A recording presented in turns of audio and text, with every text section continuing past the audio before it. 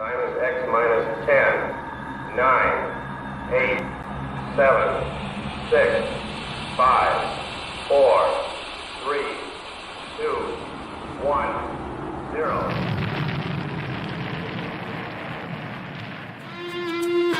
It's the Rocket Hour. Y'all are now tuned in. Time to hit the pick four that you'd love to win. If your money's coming slow, step on the faster track with your host, Ricky Pasternak. Let's go.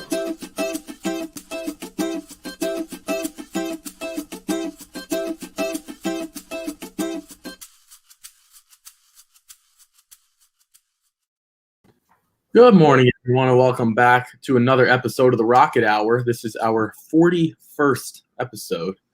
We've done 3 every week. We did one with 4, maybe 5. I don't know. So we're at 41. They've been rolling along here, a brand new week. I'm going to remove this because the Sweet 16, Syracuse, I can't stop thinking about what this matchup is about to have. We came on this time last week and kind of broke down how we thought the tournament was going to go. And it definitely hasn't gone that way, except for Aaron's case. And I'll let him speak on that because he kind of said we can maybe get Missouri, which they did. And then they got Gonzaga. And unfortunately, for every team in the country, they might be losing to Gonzaga if they had. It's kind of like UConn women's basketball in a way. You go as far as you can until you face UConn. And then, Aaron, how was your weekend? We're going to get into some stakes action. I'm going to let you kind of take full force. Talk to me a little bit about the tournament, maybe what we saw at the fairgrounds that we could kind of recap, and maybe what we're looking forward to this weekend with the Florida Derby as well. Yeah, Gonzaga, pretty good. OU played about as good as they could play and just got dominated. So, but that's all right. Yeah, great weekend of racing as well. Fairgrounds provided us some pretty good performances and maybe some surprising ones that we'll talk about as well. This week, wow, what a week. 10 stakes races Saturday at Gulfstream Park. The Florida Derby draw is going to be in about 2 hours, a little less than 2 hours now away from that. So we'll know that race pretty quickly, and then the rest of the card a little bit later on today. A lot of planning, man. A lot of planning, a lot of working today, putting together the guide and really going through that Gulfstream card. So I fired up. This is going to be a great week of racing, capped off with a huge Saturday. And also the mandatory Pick 6 payout at Gulfstream is going to be Saturday. So they're going to do it on a big day. I like that as well. So a lot to look forward to. And yeah, Syracuse, man, I told you, try to tell you. And I listened to you, and my bracket's ruined. Well, it is for a ton of reasons, but you're one of the reasons. So I told you they were good, man. I told you they were good enough to win those games. Yeah, I didn't I guess for me, sorry, I pushed that back. It's for the biggest factor for me, at least with San Diego State. I could have seen that coming just because they don't play anyone and they can't shoot. But on the West Virginia side, I thought West Virginia was so dreadful the first 10 minutes. They were probably the better team for the next 30, to be honest. And Aaron will disagree. I think West Virginia, at least in the second half, was much better than Syracuse. I rewatched the film a lot of times. They were just so much more aggressive. But it seems like Buddy Boeheim's just kind of in that zone. I don't know how good the team is playing. I think he is playing exceptionally. Now they're getting help from Joe Girard and Quincy Guerrier, and Mareka's doing well as well. And they're very interesting because they don't have a legitimate center. So when you're playing a team like West Virginia, who has Derek Culver, a true big man, a true center, he's useless in terms of the defense because he can't guard someone who's 6'9" that can move, and they have to play Gabe Asaboyan, who played more minutes than Derek Culver. On the offensive end, they did not get the ball into the high post. It almost seems like teams are afraid to do it, like they're going to turn it over. I'm not going to break down the zone here. That's not what we do on the show. But it's going to be interesting because Houston can't shoot it either, but they are one of the best offensive rebounding teams in the country. And they can guard you, and they don't have a true center. So we're going to see, again, I'm shocked because 2 years ago someone asked me and I said, take Baylor, and Baylor beat them pretty easily in Salt Lake City. I never would have known Baylor would become the team, pretty much the team that they are now. A lot of young guys and transfers and things like that. Scott Drew is a fantastic coach. please, you know what? Speaking of coaches, Aaron and I had a conversation about Roy Williams. So if you guys are interested, the question was, do we think Roy Williams is a top 10 coach? We are not going to get into the details of why we thought he was or wasn't. But do you guys think right now Roy Williams is a top 10 coach? We are not going to give our opinion, but if you guys are interested in commenting and see what each person has to think, I've asked a few people, and they agreed and disagreed with top 10. So it's interesting. I'm not going to get on here and go through that. But no, it's been a lot of fun. Syracuse has a game Saturday night at 9:55. A little late for my liking, but that's okay. I will watch anyway. What did you think, real quick before we get into it, what did you think of Baylor? Because Baylor is the one team out of the Big 12 that's still standing. The Big 10, we came on here and said, watch for these two conferences because we don't think they're that good. Big 12 has one team left, and I believe the Big 10 has one team left also, and that would be Michigan. So the 2 1 seeds. What do you think of those two potential teams, and are they kind of holding the conference right now? They're kind of holding the conferences afloat. Baylor, really good, really tough matchup with Villanova. I think if they beat Villanova, they're gonna beat either Arkansas or Oral Roberts, who that's an amazing story there. But yeah, Baylor, really good, really tough matchup. I don't know, beating Villanova is not gonna be easy. Michigan, I don't think they'll get there. I think they'll get beat. I'm not necessarily sure it's going to be this next one, but I don't think they'll get to the Final Four. And I told you for months that Baylor's way overrated, and or not Baylor, West Virginia is way overrated, and you didn't listen. So sorry. Well, nothing about West Virginia told me that they were a Final Four team. Like, I didn't think they were that good. I thought that they could score. I don't think their game plan was very good. So I love Bob Huggins, but I do not think their game plan was good, or the players didn't execute the game plan. Now, that's why I never say a coach isn't a good coach all the time. Like Will Wade, we're on the same boat saying Will Wade wasn't good. And if you watch LSU, they went a lot of one-on-one, and they made a lot of shots until the final 10 minutes where it's like, all right, we need offense, and they don't even have anyone to really run the offense. Javonte Smart is a scoring guard. He is not a true point guard. Unlike Michigan, who had Mike Smith, the Ivy League transfer, who is a true point guard, helped them get going. But LSU really hung in there, and I actually had LSU to beat Michigan, and I was close to doing it. I would have knocked a lot of people out, unfortunately. Now I had Florida State beating LSU, so now I still have Florida State beating Michigan, so I'm still alive. I really do like that Florida State team. They just don't score enough. I don't want to go as far as to say West Virginia is overrated. That's fine. I don't think – no, see, that's not fair. I'm not going to let you get away with that because you can't be overrated and lose to a red-hot Syracuse team. And at this point, if we were to re-rank – and I'll let you finish this sentiment off. If we were to re-rank Syracuse, seeds 1 through, I think, 12, because you can't be 13 through 16, 1 through 12, based on what you've seen from them in the first 2 games or dating it back to the ACC tournament, where would you rank them? If you go back and listen to the show, I told everybody after the first game I watched in the ACC tournament, I said, this is a lock for the tournament. They're definitely a tournament team. They're one of the better teams I've seen. When I watched them play Virginia, I said they're very good. I have no idea where I'd see them, but they're very good. And I think they are fortunate, actually, to get that lower seed and to get that easier matchup. Because Oklahoma, 3 seeds higher than Syracuse, had to play the best team in the country, and you got to play overrated as hell all year long, West Virginia. So you got a huge break when that happened. That's fair. No, I agree with that sentiment. Oklahoma got the worst 8 seed because if you're any other 8 seed, you know what? But that's not just Oklahoma. That's anyone who gets that 8 seed. Yeah, you get the 8. You'd rather be an 11 or a 12 or even a 13 than an 8 or a 9. An 8 or a 9 is a especially if you have to play Oklahoma because Gonzaga, because if you're one of let's put it this way, outside of the top 4 teams, and I would throw Illinois into that coming into the tournament.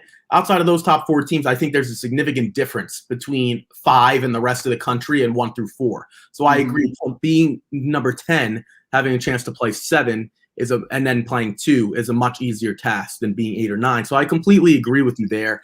And it just stinks for Oklahoma that they got Gonzaga because I think against a team like Michigan who wasn't scoring at all early on, who knows? They might have had a chance. I think Gonzaga's just going to steamroll. Maybe not.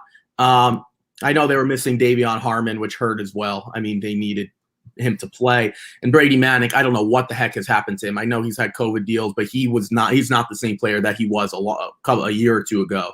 He's never been any good ever. He's another very overrated basketball player. He should play for West Virginia. He would fit in very well. I don't think he would be able to play for West Virginia, to be honest. They have a lot more talent. But no, that's all good stuff. And we'll talk some more tournament stuff. We just want to get into that for Syracuse and Oklahoma. I think Oklahoma probably went as far as they should have. I think I didn't even have them beating Missouri. I thought if you play Missouri 10 times, they could easily split. I think that's how close they are, and very similar styles with their history. But they got the better of them, and they won one game. And I think if you're an Oklahoma fan, that's all to be expected, because that would have been a shock of the world to beat Gonzaga at that point.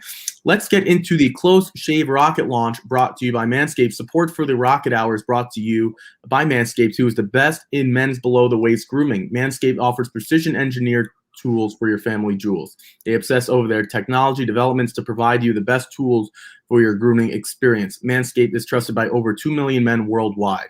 We have an exclusive offer for everyone listening today, 20% off plus free shipping with the code ROCKET20 at manscaped.com.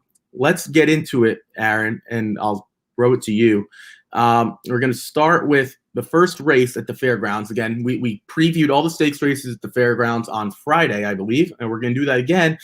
Race 1, Australasia, I guess was a little closer than we might have anticipated, but at 1 to 9. 1 to 9 goes off. I'm still a little shocked we haven't seen this horse against Tougher, but gets the job done and it wins by almost 3 lengths. Yeah, I think the biggest takeaway is maybe put this horse back to one-turn races. Not that this was a bad performance. It certainly wasn't. It was good. It was really good. But I think this horse is going to be best going one turn. But yeah, I mean, just started off. We said it was an easy single. It was an easy single, and it actually kicked off a pick 5 that we hit on the Race Dudes product. So that was good. But yeah, this was a free square and turned out to be, like I said, a little closer than we thought, a little more of a grind than we thought, but still an easy win. Yeah, I'll scroll. Sorry about that. I'm just going to scroll down because we have a far ways to go. Yeah, no, it is interesting. I think when you talk about Australasia, that never really tested. But I'm with Aaron. I would like to maybe see a 1-turn mile or a 7 furlong, something like that. 2-turn miles or a 1 1/8, probably not where this horse belongs. But when you face a field like that, which is relatively weak, I think that was Louisiana bred, if I'm not mistaken, maybe not. Either way, it was just pretty weak for the most part. Oh yeah. It wasn't anything that was really going to challenge a horse like that. So I don't think we can really get a true test of what is best for that horse. Again, real quick, guys, please chime in with all your college basketball and thoughts maybe on fairgrounds before we get into the Gulfstream. If we see it's a relevant comment, Aaron or I will throw that up there and we'll get into it a little bit. This was the Costa Rising Stakes. And this one was, I got to scroll down a little bit more so we could see everyone. These were bombs away. This was the race that we kind of looked at. No Parole, trying the turf for the first time. And I think I tweeted it out. I think we've seen enough of No Parole on the turf. I don't need to see any other races based on what I saw here. Aaron, you were covering it. I don't know if this race was live on the live stream yet or not. Mm-hmm. Yeah, it was probably a little early in the day. But No Parole was pretty. You know what the crazy thing is? No Parole wasn't dreadful, but what we thought of him in this race made him dreadful, if that makes any sense. Like the race itself wasn't that bad, but we expected a crazy performance at 2 to 5. Just never showed up really. Yeah, this one was really frustrating to me because I was against No Parole and I used Monty Man, who just got running late and couldn't get the job done. I used X Clown underneath, and of course Classy John, barely beats X Clown, really close race. No Parole, crazy price.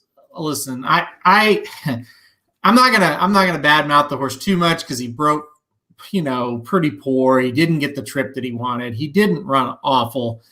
But if you bet him at that price, you kind of deserve the result. I mean, first time trying turf, huge field. He's not a huge standout anyway.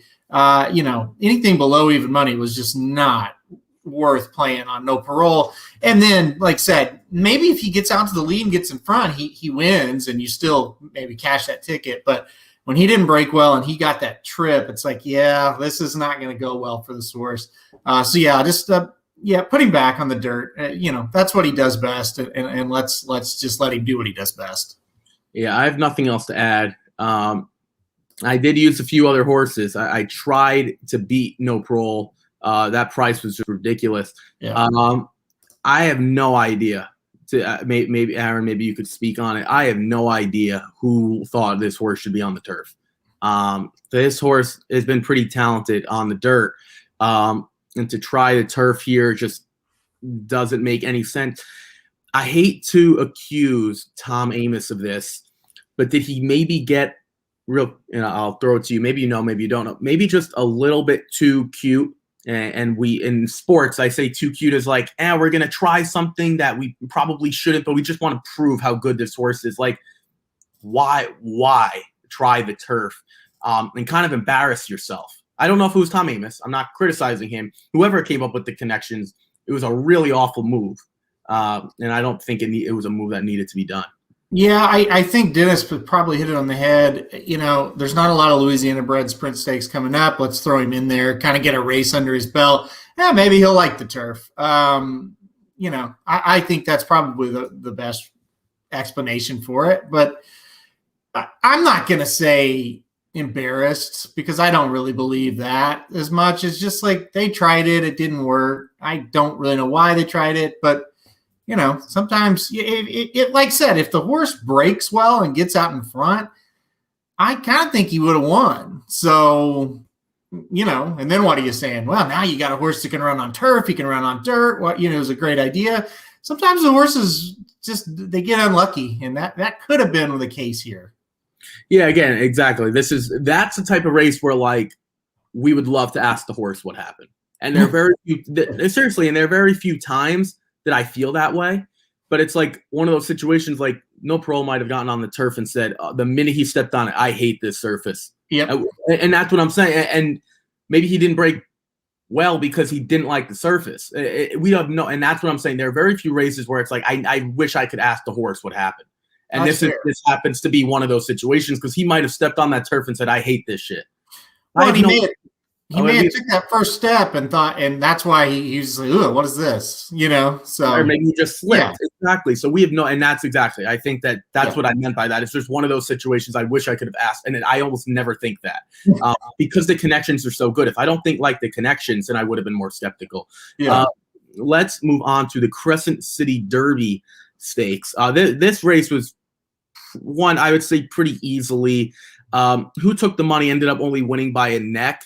The comments say flipped in the post parade. I don't think I've ever seen that as a comment before, nor did I know that. Aaron, can you speak on that? And then for sure. So you didn't know anything about what happened. This is interesting. This was crazy. The horse flipped in the post parade, bucked. Obviously, the jockey is off. Runs pretty much, I would say, midway up the backstretch. So he's ran off.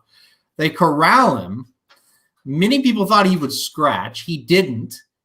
Still runs, still wins. Didn't break the greatest either. I mean, this was, I would say this was one of the more crazier performances when you think about all the stuff that happened before the race, and still win. Wasn't maybe as impressive if you just watched the race as you thought it would be. But if you know all the factors and all the things that happened before, this was pretty impressive. So who took the money? I think this horse going to be pretty hard to beat in races of this nature, for sure. And maybe he can now jump up against Open Company. Yeah. So anyone who was thinking that I wasn't watching, I was watching. But I on a day like this, when if you guys follow me, and I hope you do, I have 4 tracks that I'm paying attention to. It's incredibly difficult to just leave one track feed on. So I'm watching TVG, and they didn't show it, or maybe I missed it and I walked out for a minute, but I didn't see it. I did watch the race, and I thought it was pretty impressive. To Aaron's point, though, when a horse flips over, or it could be as simple as bumping its backside into anything else, like, we don't know what that takes out of a horse. It's like for us, for example, you could bang your elbow and it's like your funny bone, and I'm just throwing it out there. I don't know if this is what happened, but it's like, damn, I'm not feeling quite right now, or something, or I fall and slip. I'm not feeling quite right. Or it might mean nothing. We have no idea. Some horses, like people, are more fragile than others. So to Aaron's point, this race maybe could have been a 2-3 length winner had this horse maybe not exerted so much energy. Again, we have no idea. But the fact that Who Took the Money won it 1-2 makes a lot of sense here. And we're happy that we were able to get that short price home. Let's move on to the Tom Benson Memorial Stakes. I got killed here. This was one that I should have not left Irad off. I went a lot of different ways, but one of my top choices, Catch a Bid. Boy, was Catch a Bid horrible. What did you think of Summer in Saratoga? It should have been, a namesake horse for me. I should just use the horse based on the name because I love Summers in Saratoga. Really started off poorly, but got blocked. And once the room kind of opened up, Irad was able to find a way through and get her home. What did you think of that performance, and maybe some of the other runners that weren't so great in here? Well, I'm really pissed on this one because I had Dominga pretty strong, and I thought she ran very well. I thought she looked like a winner. About 50, 75 yards left to go. It looked like she was kind of re-rallying, going to pull away. And yeah, out of nowhere, Summer in Saratoga jumps up and gets us by a neck. And the thing that makes me the maddest about this horse is it was the last horse off the ticket. And that is just a killer when that happens. And looking back, gosh, I really regret it because I debated between her and a couple others for a while. Logic and Reason was one I used and was just awful. And it's like, wow, that could have been a really easy replacement to put Summer in Saratoga in there. So, yeah, this one's a little sickening. Thankfully, the last 4 races on the card, we did okay. But this one definitely was one where I wanted to throw up after. Just because, not only it's the last horse off the ticket, which is heartbreaking, but Dominga winning. Or Dominga running well and not winning and looking like she was going to. It was a killer. Yeah, for me, I guess I felt a little bit better because I didn't use Summer in Saratoga, but I also didn't use Dominga. So I guess I felt a little. I got an email from someone. I'm not going to say who it was or put it up, and said, "How did we get the 10th race wrong so badly?" And my response is because when you look at a race a certain way, and you kind of formulate it in your head. There were a lot of ways you can go. I said there were a lot of ways you can go in this race. If we're just looking at the odds here, you could have used Summer in Saratoga. You could have used Dominga. I guess you could have used Winning Envelope, who I had no interest in. I used Past the Plate. I used Temple City Terror. Delica was the favorite and was horrible. I didn't like Logic and Region, but I also loved Catch a Bid. And I responded with the way I saw this race, I thought it was extremely competitive, and I wasn't going to use 8 horses on the ticket. Yeah. So this is just one race that I got wrong. Unfortunately, it is what it is. It happens to all of us. You've done this long enough in these turf stakes races where no one really stands out. I like Delica, but I put Catch a Bid on top. I didn't love Catch a Bid. I thought this was a pretty open field, and it happens. I mean, unless you want to go 8-9 deep and make your ticket $300, which I'm never going to do, then you got to cut off your feet, as I like to say, somewhere. And Aaron cut his feet off with Summer in Saratoga. That was the line. He was just on the wrong side of it, unfortunately. And that's what makes it, I guess, sting a little bit more. Yeah. It's just one of those things. And he thought Domingo was a winner. And after, again, I had to step out for the rest of the afternoon. After rewatching this race, I was shocked Domingo couldn't get the job done. And even in the comments, it says led at the 3/16 pole game. You don't have a good performance and then it says game. Game means you ran well. And unfortunately got beat. And a lot of horses can run well and get beat. One thing to note for both of those horses, they hadn't run since last summer. So that was interesting to note as well. I guess the form or the recency didn't affect that race at all. Again, we don't know. We were just taking a guess there. The New Orleans Classic Stakes. I wish all these horses would just go hang out on a beach, on a farm. Maybe they could hang out as spectators at the track because I can never get these horses right. I used Owendale. I used Sonneman. Owendale's supposed to win. Rewatching the replay time and time again, that is a horse that you're supposed to win at 4-5, almost even money. And Chess Chief, who I didn't use, gets the job done. What did you think? Were you on the live stream at this point yet? I assume you were. This was the first race on the live stream, and everybody on the stream and everybody in the comment section thought Owendale did win. We were shocked that Chess Chief won this photo. It was just kind of an optical illusion a little bit. I said on the live stream, when you have 3 horses hit the line together and they're that far spread out, that's where you get that weird result sometimes. But the photo clearly shows Chess Chief gets up. This is why I tried to beat Owendale. I did it with the wrong horse, obviously, wrong horses. Because he just does not finish the job, period. So what can you do? This horse has absolutely no excuse in this race. And think about this. Enforceable was fading badly when he started to make his move. He ends up almost winning. And what that tells you is, because Enforceable is just kind of a one-paced horse, runs the same speed all the way around the track. So what it tells you is those horses quickened and they got away from him. They stopped or hung or whatever you want to say so bad that Enforceable almost won. And 2 more jumps and he would have won. That's how bad a horse like Owendale, a horse like Roadster, how they were just waiting, stopping, didn't want to go any further. And Chess Chief was another horse who was kind of made a move and kind of didn't make up any ground and then caught him at the last because they just stopped up front. Owendale was just waiting for somebody to beat him, and Chess Chief did it. So crazy. Also, Chess Chief, everybody said, oh, he'll be on the lead. He'll be on the lead. He's way behind. He's in 5th and 6th, and he still wins. It was a wild race. I'm with you. I will bet none of these horses back unless they're in a pretty bad race next time out. Yeah, I know you like Ollie, my boy, a little bit. That horse was, I think that horse just finished the race about 10 minutes ago. Yeah. He was horrible. Yeah, and I knew I wouldn't bet Roadster. I told a few people asked me, I was like, a horse that hasn't run in over a year coming from Santa Anita, and I didn't even like that horse really when the horse was out there. I was like, no interest in Roadster. I guess Chess Chief would have been the next horse, but I thought I could have gotten that job done with Owendale and Sonneman. Sonneman stunk also. They were all kind of right there. And the thing about Fairgrounds, when you're watching the feed, it's so weird because it's almost like you're watching them head on when you're watching the feed, because there's the way, I guess the way the angle of the camera is, it's not so much a pan view. It's almost, again, like the head on, and they're like at the top of the stretch and you feel like the stretch is forever when you're watching it there. It's, again, maybe that had a part to do with it as well. Unfortunately for me, I knew Chess Chief had won before I watched the replay just on social media and stuff, that it was really tough to tell. And to Aaron's point, Owendale was like waiting for someone to beat him, and Chess Chief was the one to do it. Yep. And Enforceable was close. Enforceable was well back and almost got the job done. Yep.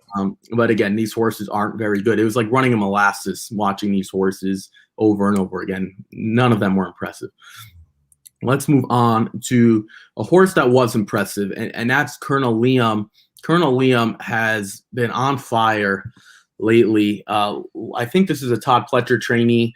Colonel Liam is one of the hottest turf horses going right now. Distance didn't seem to be an issue. Once Colonel Liam took the lead, kind of sprinted off and did what a 3-5 horse does. What did you guys on the live stream think of this one? And is it fair to say Colonel Liam might be the best turf horse going right now, at least on the male side?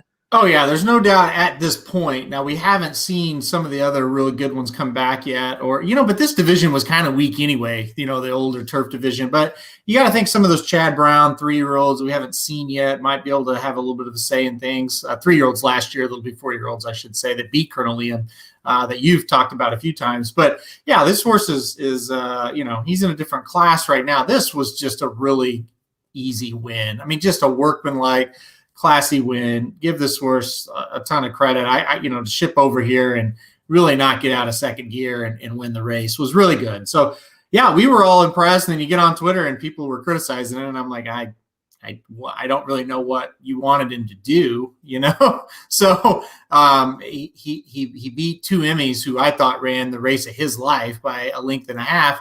And then it was 3.5 back to the next horse. So if you take out two Emmys who, again, ran an incredible race, I thought that horse ran extremely hard.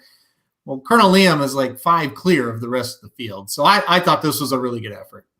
Yeah, to Aaron's point, some of the other horses, I think DRF actually ranked in terms of the turf males, Colonel Liam second behind Channel Maker. I mean, I don't love Channel Maker, but a horse like Evar, Domestic Spending, Smooth Like Straight, Zulu Alpha, United. So there are a few other ones. I think we just saw United, I think on Sunday, I believe, at Santa Anita in a stakes there. We're not going to get into that one. But yeah, I've always been a fan of the females a little bit more because I think Chad Brown is not better with females. I don't think that's accurate. Just he gets more stock maybe on the female side. I don't know. Mm-hmm. But some of the horses like Civil Union and Mean Mary and Got Stormy and Duopoly, I think that division's just a little bit better than, to Aaron's point, the male side is. But Colonel Liam has to be talked about in that echelon. And you could put him number 1 right now based on he's been running a lot more consistently. We haven't seen some of the other ones, and we'll probably see him back. My guess is something, I think maybe the Flower Bowl. Is that accurate? Maybe something at Belmont, maybe not the Flower Bowl. I don't know. Something at Belmont within the next couple of weeks when they pick up. I think their meet is just about a month away. Mm-hmm. So maybe we'll see him back then, or maybe at Keeneland. Maybe we'll see him somewhere in Keeneland in a couple of weeks. To Aaron's point, I think to sum this up, no one really had a shot once Colonel Liam got going. No. And Colonel Liam is probably number 1 turf male side now. But again, it's extremely early in the 2021 campaign. But Colonel Liam, you're going to put him on top based on the way he's been running. Let's move on to the 2 3-year-old races. The first one for fillies, the Fairground Oaks, is kind of set up as a race. Horse A versus Horse B, Travel Column, Clairiere, and it kind of finished that way. But Travel Column was super dominant. Once Travel Column got the lead, she spurted away. I used the 6 and 8, and I think if you had to go any deeper than that, I'm not really sure what you were thinking there. I couldn't choose between the two. Recapping this race for you, do you think this race signifies that Travel Column's much better, or is it just one of those days that Clairiere can get her if they run this race again next month, for example? I think that's possible. I do think it is a situation where it's possible that they could trade off wins and just whoever kind of runs the best that day is going to win, but they're really close. But honestly, I think it's more likely Travel Column's the best horse. I felt it all along. I felt it strongly going into this race. I was basically treading water on this Fairgrounds card until Travel Column 2-1 was just a gift. I thought, I said it on the live stream and bet this horse to win and got paid. So that was good. Just a real calm feeling the whole way watching the race, knowing the Travel Column was probably going to win it this time. So, just a dominant performance.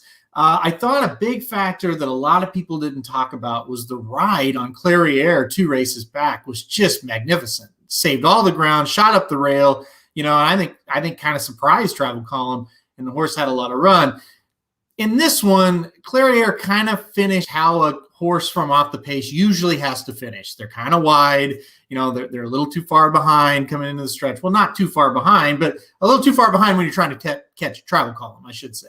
I don't think Clairiere, ran poorly here, but I think Travel Column's pretty darn good. She's my Oaks pick right now. Obviously we got 3 weeks to go, but she looked awfully good in this race. Yeah, I think this is the last we've seen of these two before we hit the Oaks. I assume they'll have workouts and things like that, but this is pretty much it. I tend to agree, but I think if Clairiere is going to break a little bit better and be a little bit closer, I think things can be different. But to your point, for a horse to be sitting second like Travel Column is, and Clairiere who breaks and finishes starts 7th, mm-hmm. It's going to be a little bit tougher And you better be much better, like much, much better to win a race like that. And Clairiere, if she is better, isn't that much better. So you can't make up that much distance when you start off like that. So I agree with you. I think Travel Column probably is the better if we're just taking A and B if they're going to run similar races. But I maybe would like to see Clairiere break a little bit better, and then maybe we could have a different conversation. I don't know if the results would change, but maybe the distance of the margin of finish would be a little bit different. Who knows? Again, Aaron was on the live stream with Vinny and Jared, I believe, so he got a better feel of it. I unfortunately couldn't watch live, had to watch replays. Let's get to the final race here, the Twinspires Louisiana Derby. There's a lot to get into because Hot Rod Charlie makes his way from Santa Anita. First time, I believe the first race he's run at the fairgrounds, I believe off the top of my head. Invades New Orleans, literally invades. All these horses have run against each other before. A lot of people put Mandaloon on top. Mandaloon at 6-5 was dreadful. Midnight Bourbon ran pretty well. And then you have Proxy, right? Proxy always runs a solid race, but not good enough to win. And Hot Rod Charlie kind of, I don't want to say it, kind of blows up this circuit because to my estimation, and Aaron, I'll throw it to you, to my estimation, what he did, which was impressive, but what he did was basically say, all you Louisiana runners, not winning the Derby, not even close. And I could be wrong, and maybe a horse like Midnight Bourbon does improve a little bit from this race until the Derby. But Hot Rod Charlie pretty much said, you're the Big 12 of the Kentucky Derby. You might look good when you face each other, but when you step out and face real teams or quote-unquote real horses, you're not as good as you think. Am I on the right path with some of those statements? Do you agree? Do you disagree? Do you disagree, push back, or agree? What are your thoughts there? I would say that to start with the Louisiana horses, Midnight Bourbon and Proxy are two that they're going to be around when it's over. They're not going to win, but they've proven, they're very consistent horses. They're going to be around at the end. They're going to have a shot. They're going to have a shot to hit the board, let's say, maybe round out the top 5 or 6. Mandaloon, this is like what you always fear when you pick a horse as a public handicapper, and the horse looks like he's going to win, and then just for no reason at all, just doesn't fire, just doesn't run. It's the worst nightmare for all of us, and it happens a lot. And I have no idea. I thought the horse turning for home was in a good spot and just came up empty. So, listen, don't forget about Hot Rod Charlie. That's going to be my biggest takeaway from this, because here's what's going to happen. We've got 3 weeks of wall-to-wall Kentucky Derby preps, and we're all going to jump at the new flashy new thing that we see the next 3 weeks, and we're going to forget about Hot Rod Charlie a little bit. Don't forget about Hot Rod Charlie. This was a pretty damn good performance. And the horse has early speed. The horse has staying power. The horse got headed by Midnight Bourbon at one point in the stretch and just kicked right away from Midnight Bourbon. They found out, I think, here in this race that his best trip is to be close to the lead or on the lead. You think of the Kentucky Derby, what usually wins it? Horses that are close to the lead. You look at the buyer this horse earned after Life is Good is now out. It's the highest buyer we have. Don't forget about Hot Rod Charlie. I think he's going to win one of the 3 Triple Crown races. I really do. If Concert Tour isn't a freak, which I still think that's the only horse that we have in the crop right now where it's like he just could be freaky. If he's not, and he's kind of just right there with all the rest of them, I think Hot Rod Charlie can upset one of these 3 Triple Crown races. And he's raced twice this year, and he's got an aggressive trainer. I could see him running in all 3 legs just like his sire did. Yeah, to Aaron's point about horses that are freaky, we kind of thought, or at least I shouldn't say we, I thought that Tiz the Law was a little freaky. And we grant, maybe I should have been a little bit more hesitant just because of the New York bred thing. But no, I kind of thought he was freaky, and Authentic's like, you're not really a freak. And Authentic was just better than him the rest of the way after the kind of in the latter part of the summer and into the fall and things like that. Jared, I'll bring up a couple things that Jared Bush is talking about in a minute. For Mandaloon, no one could have expected. I'll be honest, I didn't think Mandaloun was a guaranteed winner, but no one could have predicted Mandaloun would be that dreadful. The only thing I worry about with Hot Rod Charlie is the out of sight, out of mind thing. And I agree, because this was like the first of the big preps. So to Aaron's point, we're going to see the Florida Derby. I guess we'll see the Wood, whether you want to put a lot of stock into the Wood or not. That's up to everyone's discretion. We're not going to sit here and say don't do that. There are some other ones, along the way as well. So maybe out of sight, out of mind. The other thing was this Louisiana bred, not Louisiana bred, was this Fairgrounds group maybe not that good? That's not Hot Rod Charlie's fault. I'm not saying that. He did what he was supposed to do. Maybe it's just not that good, and maybe he's the best of a not that good group. That's up for determination. I'm with Aaron. Hot Rod Charlie will have to get a little bit better. And that's even to beat, I think, some of the other top horses. Now, if Life is Good as Freaky, Hot Rod Charlie won't matter how much better he gets. But if Life is Good isn't freaky, I think Hot Rod Charlie has a shot. You mean Concert Tour, right? Sorry, Concert Tour. I'm all over the place. Sorry, Concert Tour. If Concert Tour is not what we maybe think he is, which we kind of don't think that way, but if he's not freaky, if he's not crazy, then who knows? Maybe Hot Rod Charlie has a shot. Jared Bush put this up a couple times. Concert Tour is 9-2 in the Kentucky Derby futures pool. We are not going to spend more than 10 seconds on that on this show, because I don't believe in the Kentucky Derby future wagers pool. Aaron, I know, if it was up to him, would abandon that whole sentiment completely. And to be honest, on race day, you're probably not going to get – you could probably get 5-2, 3-1 anyway. So it doesn't make any – and so to break this down numbers-wise, 9-2 is 4.5 to 1. 9-2, same thing. 3-1 is 3.00 to 1. So why would you do that now when the horse still has to go 5 weeks of training and the regimen when you could just wait? Doesn't really make a lot of sense. The only time I ever said it makes sense is if you did it at the beginning of 2021 and you saw a horse at 50-1, like a Baffert, maybe not a Baffert, but maybe Bill Mott's best runner or the Doug O'Neill or something like that, or a Hot Rod Charlie, then maybe then. But at this point, if you've waited this long, you're going to wait. To Aaron, before we wrap up, anything you want to touch on the Kentucky Derby future wager or anything like that? Yeah. Like this comment, Hot Rod Charlie is now 6-1 Kentucky Derby future wager pool 5. I bet Hot Rod Charlie is double-digit odds by the time the Derby gets here. And if he's not, it probably means we saw shit the last 3 weeks. People jump on the recency, and that's why he's dangerous, because he does have everything that it takes as far as running style. The buyers are there. Whether you believe in them or not, they're competitive at least. He just won at 1 mile and 3/16. He was not slowing down. So that's why I hate the future wagers. But as far as the Kentucky Derby, when the day comes, I'm just saying, don't forget about him. And one other thing that I will mention, Dennis says, I think he was the best of the bad, horrible group of Louisiana horses, which I didn't think that going in. I don't play that game, Dennis. If I think a race is good going in and then a horse dominates, I don't play now they're terrible game. I don't do that. So if I thought that race was good, not great going in, and so now he wins by 2. So I think, okay, he beat a good, not great field by 2. Well, that's probably what a Kentucky Derby contender should do in that spot, right? So that's where I landed on him. The only pushback I'll have that you just said, and it's extenuating circumstances.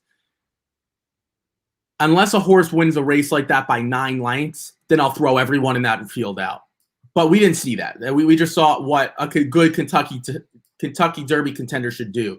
So if he went on to win by 9 lengths, I would be willing to throw the rest of that field out. But we didn't see it, and that's extenuating circumstances. But to my college basketball analogy, this is like the Big 12. Right? I mean, these horses beat up on each other. We think they're a good circuit. Maybe they're not as good as we thought. Now, Aaron doesn't play that game, and I kind of agree. If you like a race going into it, a minute 30 or whatever the heck, a minute 20, a minute 35, whatever it is, in any race, shouldn't change your mind that much. This isn't like a football game where you could watch a 3-hour game. Like, that's not the way it works. Mike Somich chimes in and says, clearly the best 3-year-old circuit coming in, and he beat them. That I agree with. I do agree that the Louisiana circuit coming in was probably the best. Third best. Third best. What'd you say? Oh, that they are the best? The third best, which I agree with completely. The third best. Yeah, and I think that's kind of, I don't think that race kind of changed any of our thoughts. I mean, in Hot Rod Charlie, none of us would put Hot Rod Charlie as like the top horse after watching that. Good performance. 8, I would say, is solid. And then he comes in with the Cali, Mid-America, which is Oaklawn, and Keeneland, which Keeneland starts, I think, next week. They had, or 8 days or whatever. And they had their sales today. I saw a lot of people on social media complaining about the ticket sales. Look, folks, if you don't, this is what I a long time ago, someone told me this. If you want to complain about getting tickets, then don't go online and don't go. It's very simple. No one's forcing you to sit there online and take the time. For everyone who tried, I hope you did. Maybe Aaron and Jared will be down there one day. Not one day. Maybe this meet. Who knows? We have to get to a lot of Gulfstream stuff. That was the Close Shave Rocket launch brought to you by Manscaped. Use the code Rocket20 at manscaped.com. Check out all their cool products. Again, it is Kentucky Derby time. It is, well, not quite yet, but we are Triple Crown time. You want to look your best. The summer's rolling around. I played golf for the first time yesterday. It was great. I'm a little burnt. I didn't really put on any suntan lotion, but it was great just being out there. I tell all my buddies, you got to play golf on Mondays and Tuesdays because the racing picks up Wednesdays through Sundays. They know my schedule by now. Let's get into some horse racing for today. And that sound, we always love coming on talking about horses. We do love talking about college basketball, but there's nothing like race day and things like that. We're back to a brand new week. It's the last week of March, race-wise. At this time next week, Aaron and I might be heading to Keeneland. Who knows? We'll make that do. Aaron, race 7. We'll kick it off here. This is a starter allowance for fillies and mares, 4-year-olds and upward, going about 7.5 furlongs on the turf. Enough with that Gulfstream, about 7.5. It's a mile or it's 7 furlongs. Aaron, I'll start with you because I always do. That's the way we do things here. Which way did you go in this spot? I thought this was a decent race, and I think you can make a case for a few different horses, and this, to me, maybe looks like a good tri-box race. Yeah, no, you hit it right on the head. I think it is a very good trifecta box race to start it off. It's an 8-horse field, and you kind of want a little bit more than 8 horses if you're going to play a tri-box, mostly. But I think we can kind of get some prices mixed in there to where that 8-horse field won't matter quite as much. And I'll start off with the top choice for me, number 3, Zodiac Princess, at 12-1. I really like this horse. If you look, forget about the last 2 races, but the races 3 and 4 back, pretty much the same kind of competition, the same class, the same distance. This horse almost won both of them and actually did end up winning one of them via DQ. I think this horse is going to be right here, or right there, right there when they finish. I think, will the horse win? I don't know. We'll see. She kind of has some trouble finishing the job here lately, but, back in kind of the, August, September, kind of the summer months, was winning a lot. But I think this horse certainly can hit the board. And I think 12-1 is a really good, price. Hopefully I don't think we'll get 12-1, maybe 6-1, 8-1. That's still all right. So this horse definitely can spice up the try. The number 1 Feature Creature. I'm interested in this horse a little bit as well at 9-2. And I think this one, the odds may go up a little bit. No early speed. That is a problem. But for a try, I kind of think this horse is going to hit the board. Has hit the board in 5 straight races. Kind of think this horse just kind of makes a run in the stretch. He's going to pass some tired ones. I think this is another horse for a trifecta. The 1 makes a lot of sense. So a 12-1 and a 9-2, that's the 2 I'll talk about there first before I kick it to you. And those 2 horses are the big reason why I think a trifecta makes sense here. I'm really pissed you used that 12-1 horse because that was the horse I wanted to talk about. Well, go ahead. No, I can't anymore. No, that's not true. There are a few points that I want to touch on before I get to the other 2 that I use. The 3 Zodiac Princess is interesting. There are a few question marks that I'm going to throw to you, and then we can get into it. I thought this was the most interesting horse of the whole sequence, and the reason why, to your point, 3 and 4 back makes sense, but that was in 2020. So in 2021, I used this horse. at the same level, and she was horrible. I'm never willing to say age is a factor until I see it for the second time, because at this level, it's very possible she just threw in a clunker. And when the higher you get, the more consistent they are. This is relatively lower level, but these are all horses that are protected. This is one of the lowest levels you could stay at while guaranteeing to be protected. So if you guys didn't know, starter optional claiming, you may or may not be protected. Starter allowance, you are guaranteed to be protected. I think this is the lowest that they go at Gulfstream, maybe a 12.5 they go. I'm not off the top of my head, but this is one of the lowest levels, which means they like the horse enough they want to keep him, he or her. They're not entirely sure. So then I said to myself, fine, if she's not good in her second start of the year, and I marked this down, if she's not good in her second start of the year, I'm not going to use her anymore. But what do? They step her up in class. So what does that mean? That muddies the picture up more for me. If they kept her at this level, then I throw her out. But she wasn't that much worse when they stepped her up. So I'm now faced with this question, is she just no good at 5 anymore? Maybe.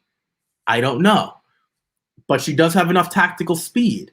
That leads me to a perfect horse that I need to use in the sequence. And that's why Aaron and I don't know if he thought that, like, again, I think through a lot of things really, really quickly. And I got a long ways away to coming back to that horse. And that's why she's so intriguing. She might be dreadful, or she might bounce back and run well. For that reason, I have to use her. I think Jabuticaba, though, another one. Like, is she that much better than Zodiac Princess? She's been dreadful also in 2021. I don't know what's going on. The starter optional claiming is a little different than a starter allowance, but it's pretty much the same thing. Irad Ortiz, not on, and Javier Castellano, who's one of the more patient riders. I wanted to see a jockey with speed, and Javier is much better riding mid-pack. Him and Jose Ortiz are very similar that way. They're better mid-pack. They're not bad on the front end, but if Paco Lopez was to get aboard, that's a one or something like that. That's what led me to the 8. Vita Iemi, I think I said that right. I think this horse is going to be a little bit more forwardly placed than we anticipate. So that's who I used. I think they're all kind of in the same boat. What did you think of my crazy thought process on the 3? I had to write all this stuff down because I went in 9 different directions with the 3. And then I used the 2 and the 8. So I went 2, 3, 8 to kind of kick this off. What did you think of using some of those horses, or anything else that you wanted to touch on? Yeah, so first I'll start. My other 2 horses were the 2 and the 8. So 1, 2, 3, 8 trifecta box. So I'll touch on the 2. The 2 either wins or just dies off. That just kind of seems to be the pattern here. The race last time out, I went back and rewatched this. Oh yeah, that is that race. That horse, I don't know if the horse was just uncontrollable or Irad just fell asleep, but this horse just motored in that race. It's way too fast of a pace. You look at the pace setup here, should be pretty easy, right? I mean, the 2 should just kind of be out on the lead by herself. And the 3 and the 8 are the other 2 that could be up there with her. So it almost has the feel of that classic Gulfstream turf race where they all just kind of run around in a merry-go-round, and those 3 have the tactical advantage. So I think those are just the logical ones to use from that standpoint. The 8, I guess she's more consistent maybe than the others that were used, because I don't think anybody's real consistent in here. She's pretty consistent. I think we kind of know what we're going to get from her. Yeah, the last thing on the 3, anytime you take a horse that's 12-1, there's going to be issues. There's going to be problems. I've never really, other than Adaria in the Breeders' Cup Filly and Mare Turf that won at 17-1, and there was no reason that horse shouldn't have been 3-1. Other than that, I can't remember a time when I bet a double-digit horse, and there isn't little things you're going to worry about, And the last 2 races sucking is a problem. The one thing I'll say, I moved up in class last time out, which was an issue, obviously. But also, it wasn't a firm turf course. It was over a good track. So maybe, the horse just didn't like the surface that day. Like I said, we don't know. But, there's little issues there, but should get the perfect trip. And, if she still has something left, I just don't see how the horse, misses the board completely here. This horse should win. And Yeah, well, no, I agree. The 2 is very hit and miss. You know what I say the 2 is? The 2 is like 100, like if 1 to 100. The 2 will be like 100 or 67. Like we have no idea. And the 2 is going to be 100 or 67. The 3 is probably like 82 and going to move, like probably run an 82. I'm not saying buyers. I'm just like throwing out grades, like 1 to 100. And the 8 is like a consistent like 85. So the 3 isn't that much worse than the 8. The 2 is extremely inconsistent. And to Aaron's point, you kind of have something wrong with a 12 to 1. Again, like when you talk about Breeders' Cup races, you could kind of make a case for almost all of them, because the fields are so good. So even at like a 20 to 1, you can make a good case. There are horses that are 60 to 1 that really don't make sense. But let's get to a couple of the comments. The 5 is the only reason this horse is in here for the 2 back where she won. So the 5 is Codrington. Yeah, the Codrington didn't win at this spot. That was a claiming non-winners of 1 race in the last 6 months. That's a drastically different field, and only won by a neck. And based on the odds, that as you could see, 7 to 5, that was a race she was supposed to win. So I don't put any stock into that. It's kind of same thing with number 6. It is Adorable Ida, I guess. I think I said that right. At least that was open claimers, and that race was a little bit better. So I prefer the 5 or the 6. He does like our 3. I'm going to throw this to you, though. Mike Somich says, no magic girl. What do you think of the 7? William Downing is winning at 21%. I don't know. Is there something there? Leo Reyes and William Downing, can they get the 7 magic girl home? I mean, I saw Magic as a girl last night, and that was all I needed to see. I don't need to see any more Magic Girl. No, I don't think it's going to happen. I wasn't even going to get into the Magic being a girl thing. I'm happy someone else brought it up that I didn't. I appreciate you doing that. No, I can't get on the board. I can't get on board with this horse. The one thing you could say for her, and not her as in Magic being a girl, but Magic Girl, this horse has won at a big price before. And I don't like horses that win at big prices and then like they kind of get momentum. I don't know why this horse is 20 to 1 on the morning line. I will be the first to admit that. Because I like the 5 Codrington. At least this horse Magic Girl runs consistently and did win the last race on the turf. I don't know. I can't get on board. Jared says feature creature is Jared. The last time we were going to pound anything, I think it was we had some college basketball bets or Elite 8 teams that didn't exactly work out. So you got to prove it to us again. I'll mark it down as feature creature as your horse. But I was a little disappointed during college basketball time. Aaron does like feature creature though. Yep. I didn't use feature creature. Wouldn't be upset if feature creature beat me, but I think feature creature is consistent. It is my type of horse. I'll be the first to admit I do like those consistent horses. And then Mike Somicher says the timing is epic. Yeah, but if you guys were on social media, I think it was only up for like 10, 15 minutes or so. There was, I guess it's like a face app or something, and I'm not going to get into it, but all of us, I guess it was all 5 of us, basically were put up as boys and girls. It was very, very, very weird. It was just incredibly kind of awkward and squirmish, and luckily it's not up anymore. So that is what Mike Plumage is referring to. We have to move on to race 8 because the thought of Magic as a girl is just creeping me out. It's too much.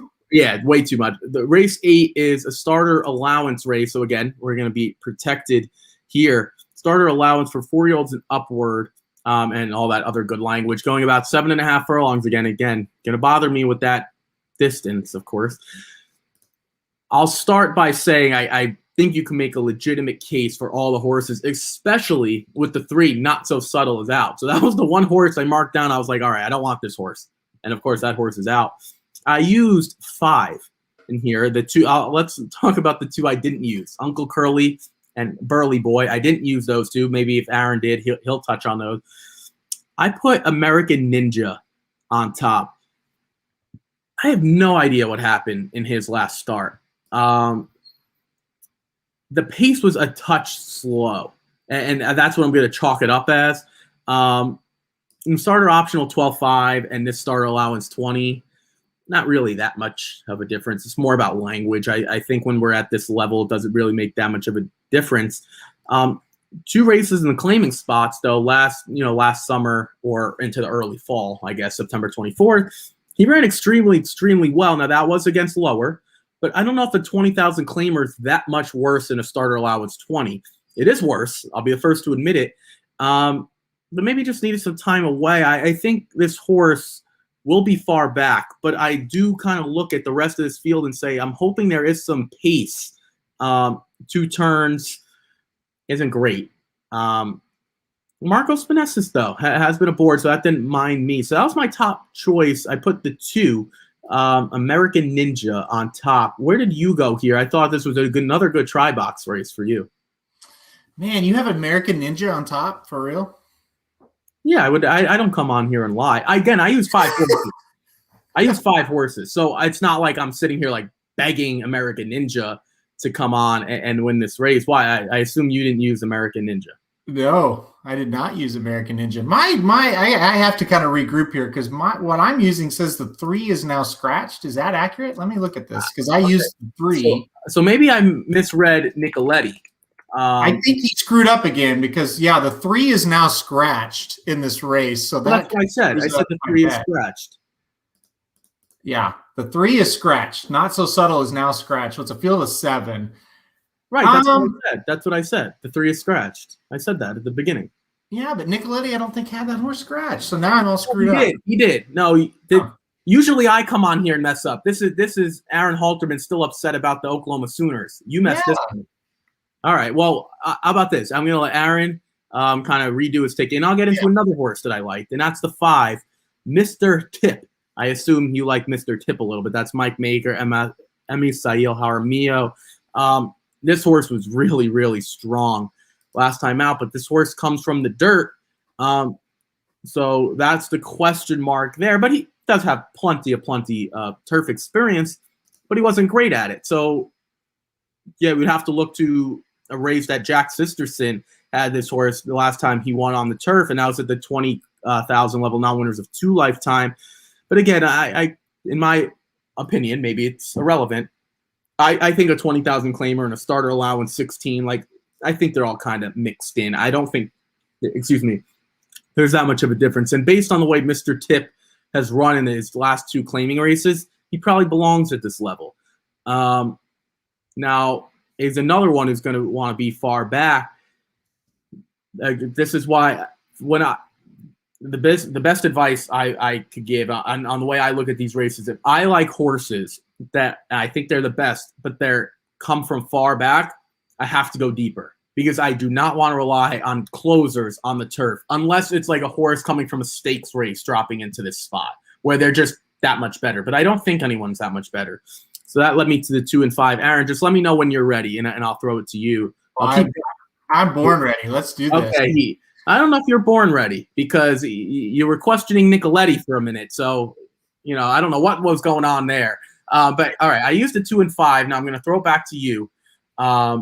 You didn't – I don't know if you're going to use the 2 or 5, but kind of let me know which way you were going here. No, piss on your 2 and 5 both. They're out for me. No, I did use the 5 as far as a third, but listen, now it's a 7-horse field. I don't know how I screwed that up. I didn't have any scratches in this race. And then you said it, and I thought, there's no scratches. And then I get on my thing. It's like, what the hell? There's a scratch. All right, so it's all fixed. Thank you, Ricky. Listen, we're going to go with a 1-7 exacta box here. I'm going to try to beat that 5. I'm going to try to beat your 2.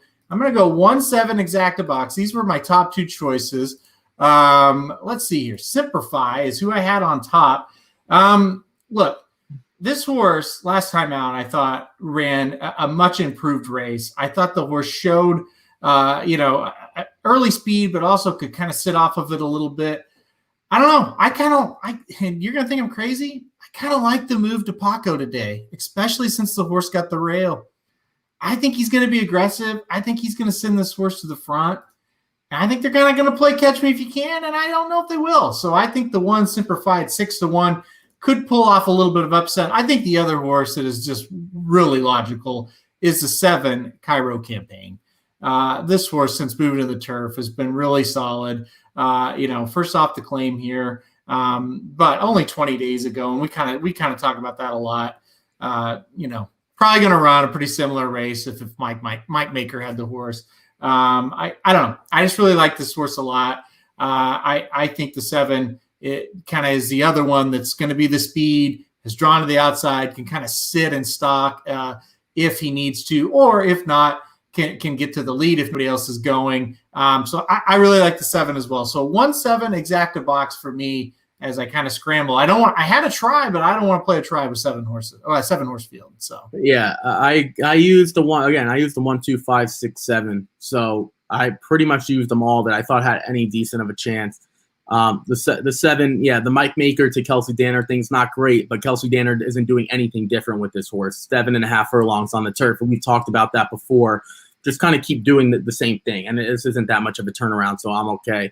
Mike Somich says it's okay to question Uncle Ron. Uncle Ron's a nice guy, and he didn't do anything wrong here. If we have to question anyone with this race, it was Aaron. He's the one who's tried to do Uncle Ron in. Let's go to race 9. It's an allowance race for Florida-bred 3-year-old fillies going 6 furlongs on the dirt. Aaron, I'll start with you. This is a short field, but there does kind of seem to be a standout here.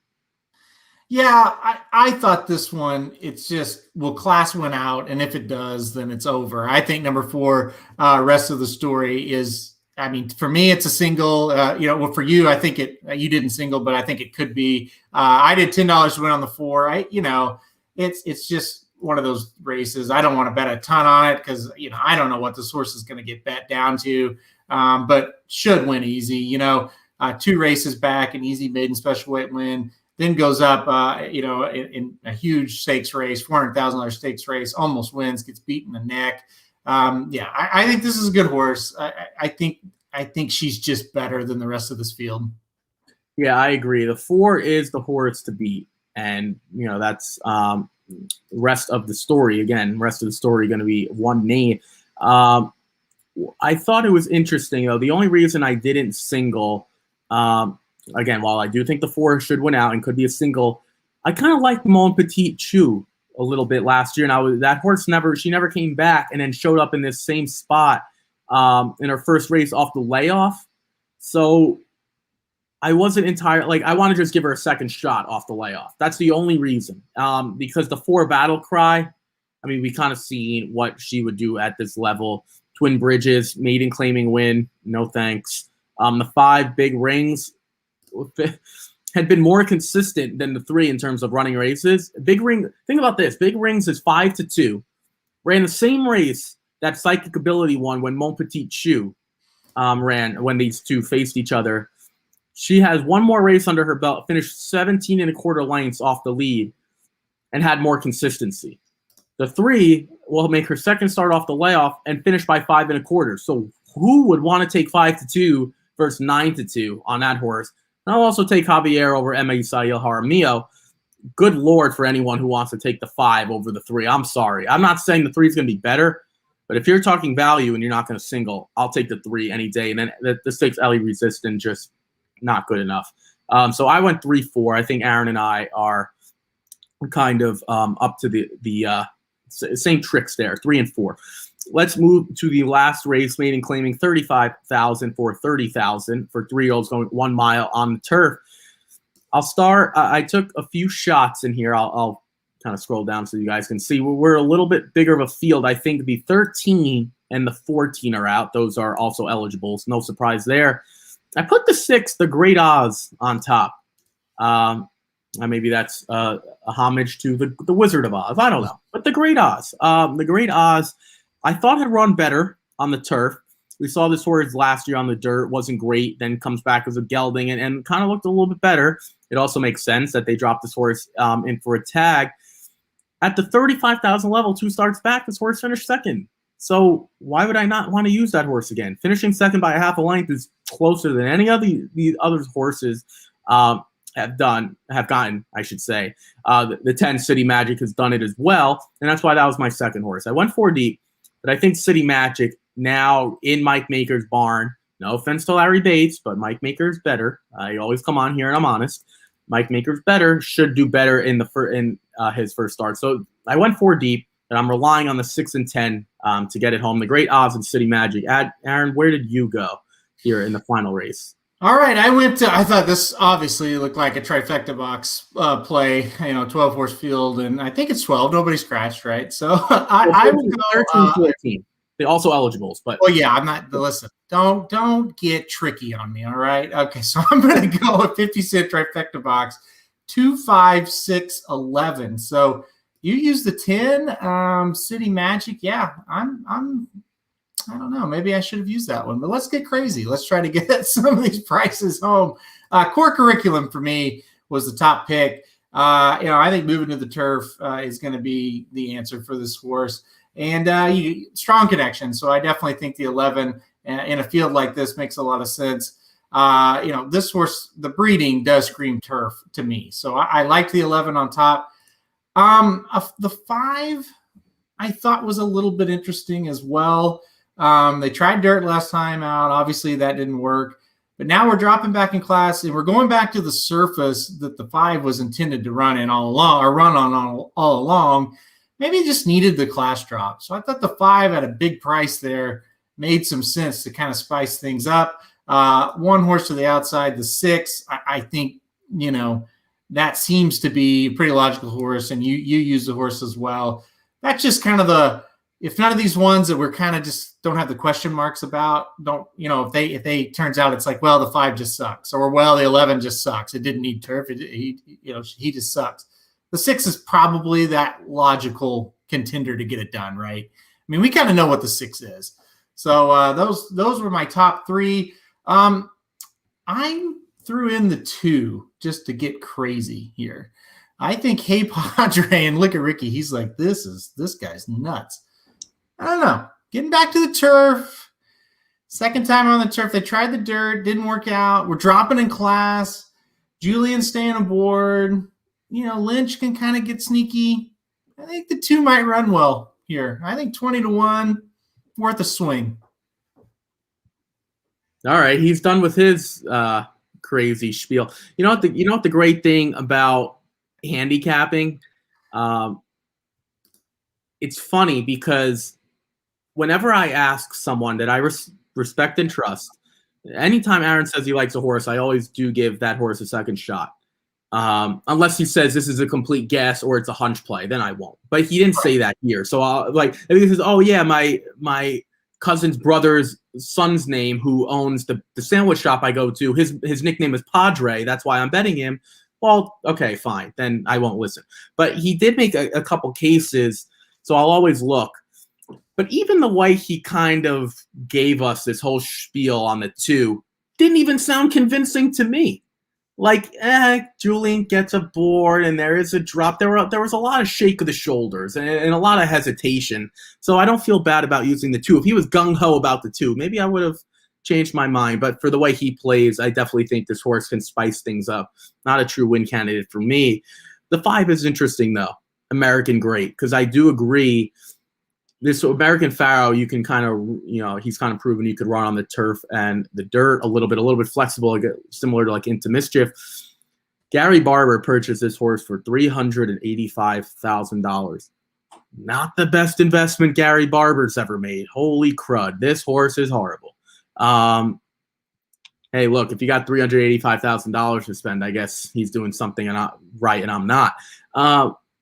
But he did face in your one turf race that you talked about at Gulfstream, 3 horses that came back to win.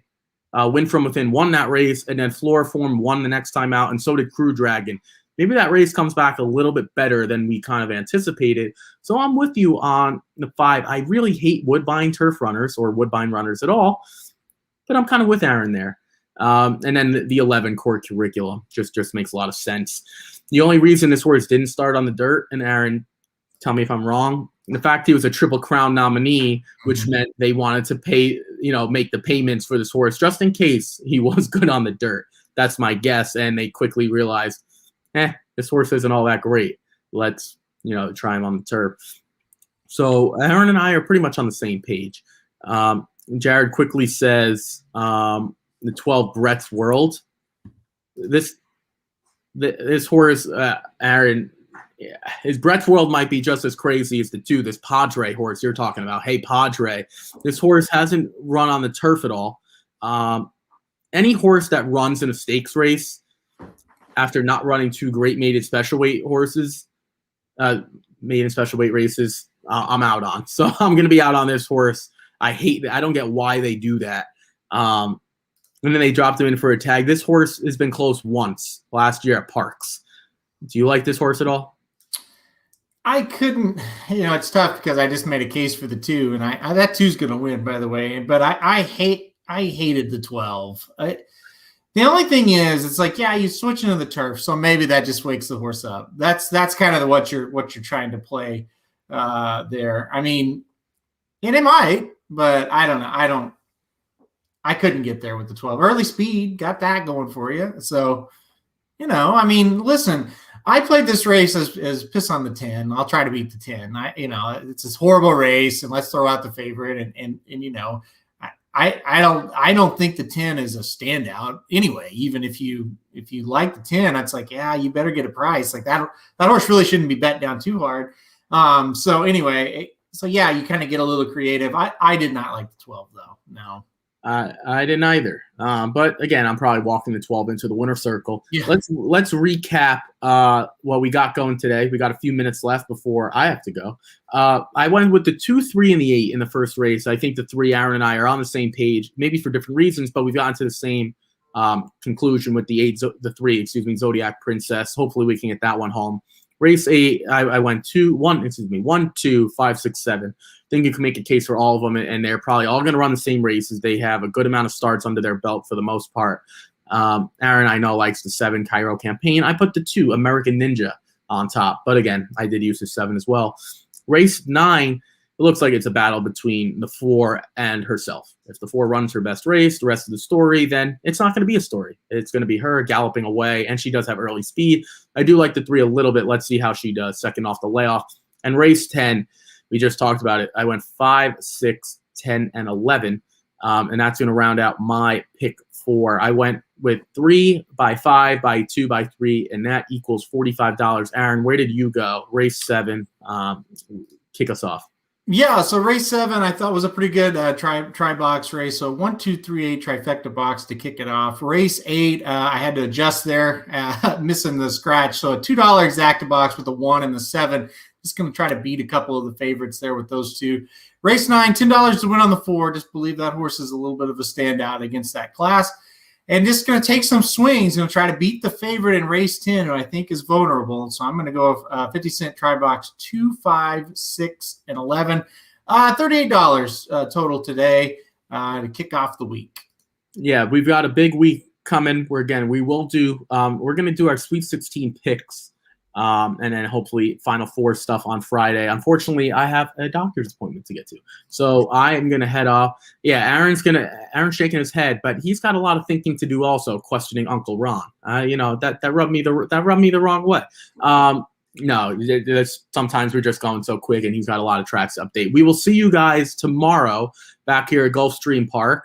And then we'll do Oaklawn on Friday with some Sweet 16, some stakes races. I think Gulfstream has like 40,000 stakes races on Saturday. We'll try to get to all of them.